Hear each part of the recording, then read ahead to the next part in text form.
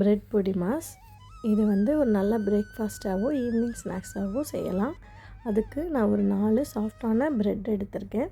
இதை செய்கிறதுக்கு ரொம்ப பேசிக்கான வெங்காயம், தக்காளி, பச்சை மிளகாய் இது போதும். நான் ஒரு கடாயை சூடு பண்ணி அதில் 1 டேபிள் ஸ்பூன் அளவு எண்ணெய் சேர்த்துருக்கேன். அதில் ஒரு 1/2 டீஸ்பூன் அளவுக்கு கடுகு நல்லா வெடிக்கட்டும். கடுகு பொரிஞ்சதுக்கப்புறமா ஒரு 1/2 ஸ்பூன் அளவு உளுந்து, 1/2 ஸ்பூன் வந்து கடலைப்பருப்பு, இதோட ஒரு 1/2 ஸ்பூன் சோம்பு. இப்போ இதெல்லாம் நல்லா கரிஞ்சிடாமல் அடுப்பை சிம்மில் வச்சு ஃப்ரை பண்ணுங்கள். போட்ட பருப்பெல்லாம் நல்லா கோல்டன் ப்ரௌன் ஆகணும்.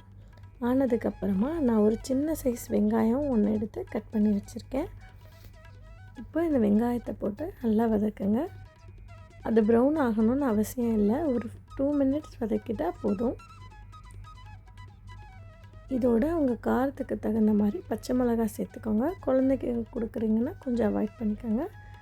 பச்சை மிளகாய் சேர்த்து அதோட கருவேப்பிலை ஒரு 10 இலை போடுறேன். நல்லா வதக்கிக்கோங்க. இதில் வந்து கண்டிப்பாகவே தக்காளி சேர்த்துக்கோங்க. ஏன்னா தக்காளி சேர்த்தா தான் ரொம்ப நேரத்துக்கு இந்த ப்ரெட்டு ட்ரை ஆகாமல் நல்லா சாஃப்டாக இருக்கும். அதுக்காக நான் இப்போ ஒரு சின்ன சைஸ் அளவு தக்காளி பொடியாக கட் பண்ணி எடுத்திருக்கேன். இந்த தக்காளியை நல்லா சேர்த்து வதக்குங்க. தக்காளி நல்லா மசியணும்லாம் அவசியம் இல்லை. தக்காளியோட ஈரப்பதம் இருந்தால் தான் அந்த பொடி மாஸ் வந்து ட்ரை ஆகாமல் இருக்கும். இப்போ இதுக்கு தேவையான அளவு உப்பு சேர்த்துக்கோங்க. இதோட இன்னொரு 1/2 ஸ்பூன் அளவுக்கு கரம் மசாலா, சிக்கன் மசாலா எது இருந்தாலும் சேர்த்துக்கலாம்.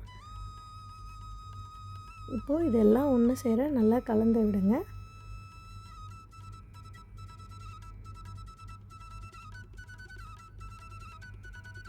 இப்போது இதுக்கு ஒரு கைப்பிடி அளவுக்கு கொஞ்சமாக மல்லி இலை ஃபைனாக சாப் பண்ணி வச்சுருக்கேன், அதையும் சேர்த்துக்கிறேன்.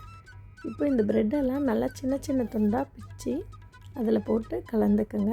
இதோட ஒரு 4 டேபிள் ஸ்பூன் அளவு தண்ணி சேர்த்துருக்கேன். அப்போ தான் அந்த மசாலா எல்லாம் நல்லா ஈவனாக ப்ரெட்டோட கோட் ஆகும், அதுக்காக சேர்த்துருக்கேன். இதில் நீங்கள் அந்த ஓரங்களெல்லாம் கட் பண்ணி எடுக்கணும்னு அவசியம் இல்லை, ப்ரெட்டை மொத்தமாகவே நீங்கள் சேர்த்துக்கலாம். இப்போ நல்லா கலந்து விட்டுட்டு அந்த மசாலா எல்லாம் நல்லா அதோட கோட் ஆகணும். அப்போ தான் டேஸ்ட் ரொம்ப நல்லாயிருக்கும்.